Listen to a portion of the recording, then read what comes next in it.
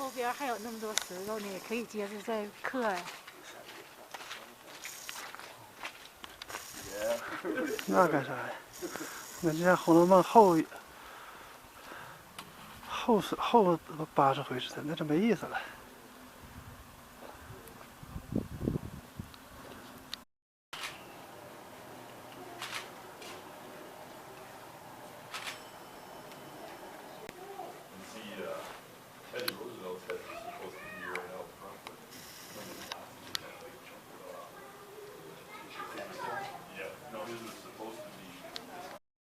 好了。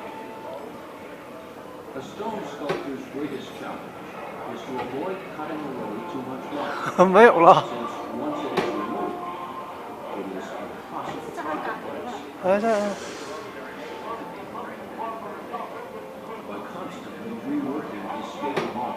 Borglum was able to test his a corresponding large-scale version of the walking tool was also attached to the mountaintop. The bar extended out over the faces and the remaining funnel extended down from the bar.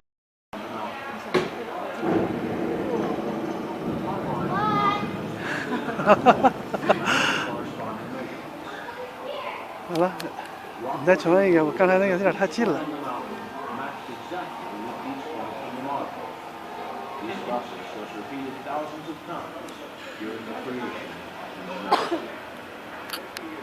摁吧。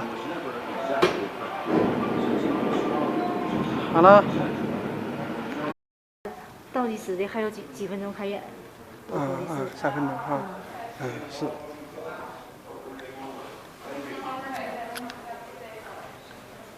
那你再看点儿。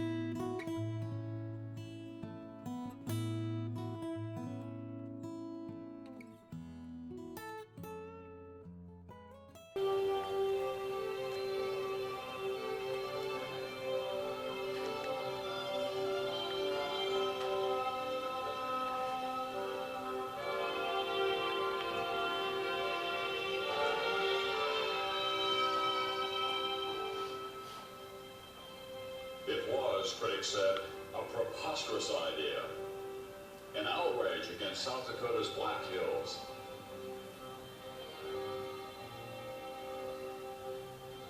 What arrogant stone carver could possibly improve upon God's mountain sculpture? But as the faces of the great men sprang lifelike from the mountain, Rushmore simply overwhelmed its critics and dazzled the world. Just as the Republican ideals it honored had inspired and dazzled mankind in 1776.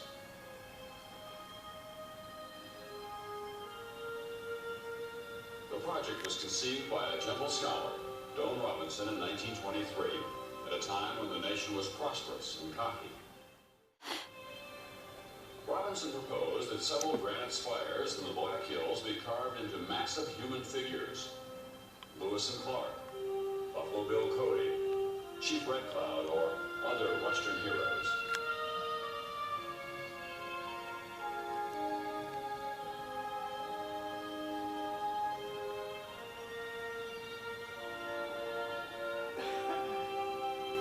To the sculptor he called upon for help, Gutzon Borglum, this idea seemed as bold and brilliant and as fragile as a rainbow in the western sky.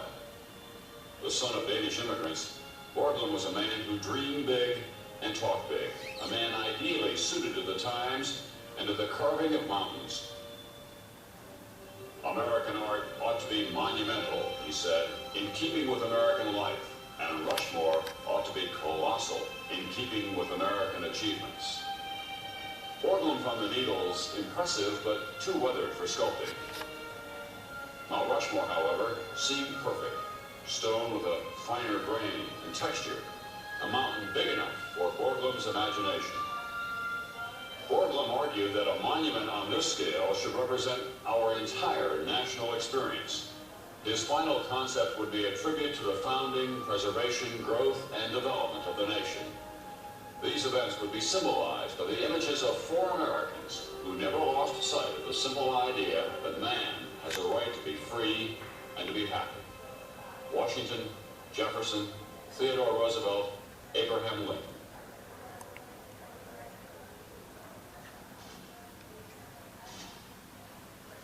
Jefferson had articulated the central idea of the American democracy. We hold these truths to be self-evident, he wrote in the Declaration of Independence, that all men are created equal, that they are endowed by their Creator with certain unalienable rights, that among these are life, liberty, and the pursuit of happiness. More than 20 years later, when Jefferson became president, the red-haired Virginian also proved to be a great nation builder. His purchase of the Louisiana Territory in 1803 opened the way to America's westward expansion.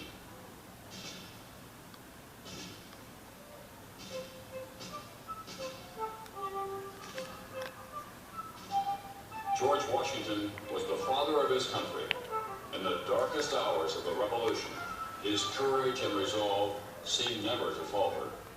By sheer force of character, he brought the nation victory in its War of Independence. There were some who wanted to crown him emperor, but Washington would have none of it, choosing instead to nurture, in his own words, the sacred fire of liberty.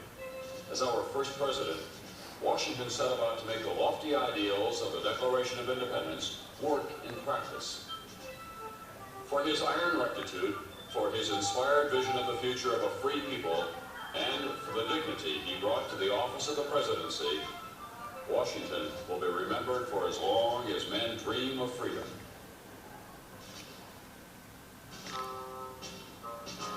The great emancipator, Abraham Lincoln, guided the destiny of the nation during its greatest trial, the war between the states. Let us have faith, he said, that right makes might, and in that faith, let us to the end dare to do our duty as we understand it. Lincoln was the prophet of America's permanence and of liberty, tolerance, and social justice for all our people.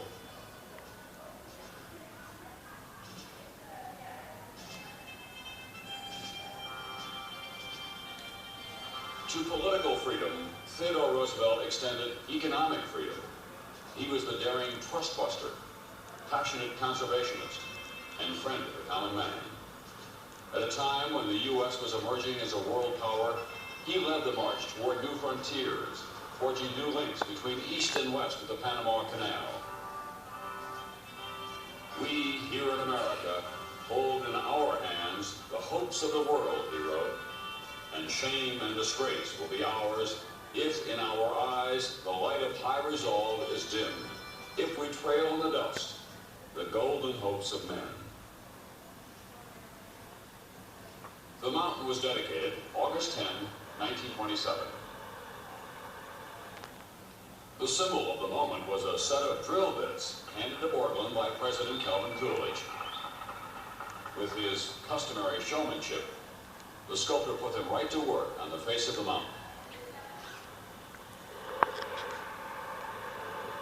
For guidance in his design of studio models of the presidents, Borglum studied photographs, portraits, and life masks, using the sculptor's tools of light and shadow to create likenesses with human character and vitality.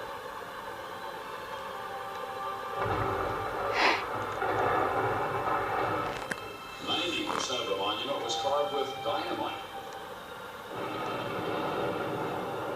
The surface stone was cracked and soft. Nearly 500,000 tons of rock were removed to reach granite solid enough for sculpting.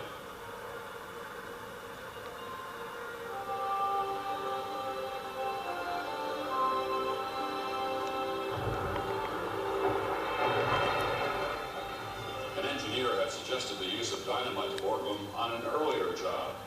By the time the artist came to Rushmore, he knew how to remove exact amounts of stone with each charge.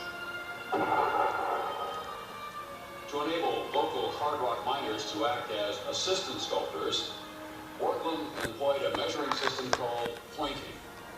A circular plate, marked off in degrees, was mounted on the head of the studio model.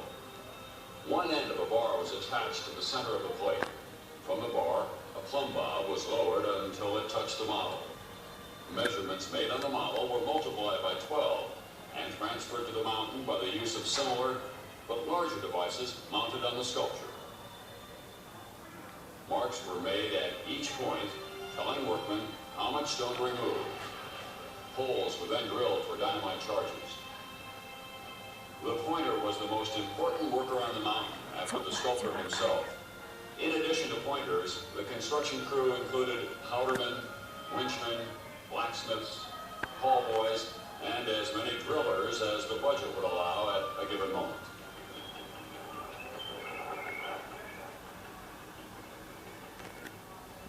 During most of the construction, the workers hung over the side of the mountain in bosun chairs, a swing seat, and harness.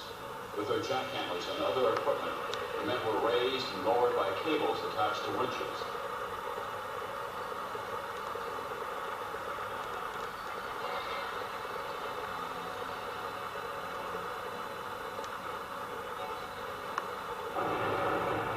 It was customary to blow off the morning's work at the noon lunch break, and to blast again at 4 o'clock when the shift ended for the day.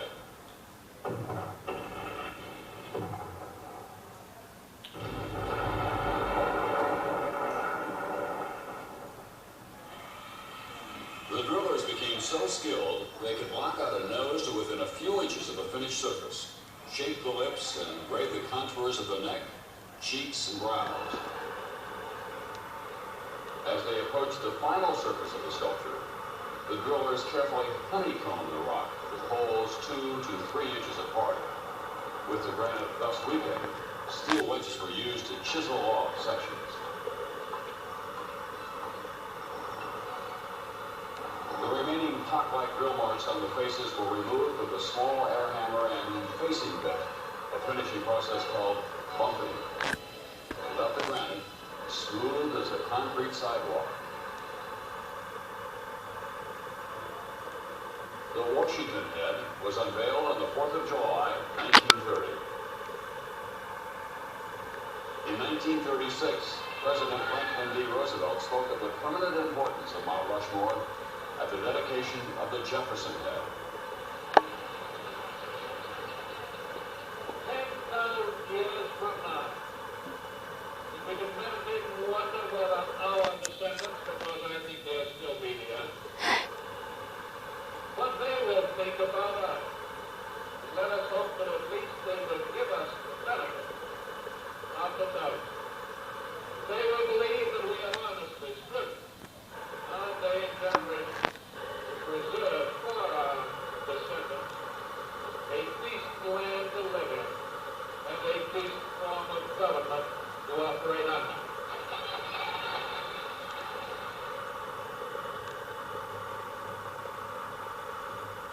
In 1941, as a final dedication was being planned, Borglum died, leaving his son Lincoln to close down the work.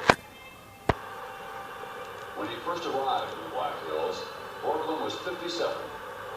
Until his death, 17 years later, Rushmore had been the focus of his life, his all but impossible dream.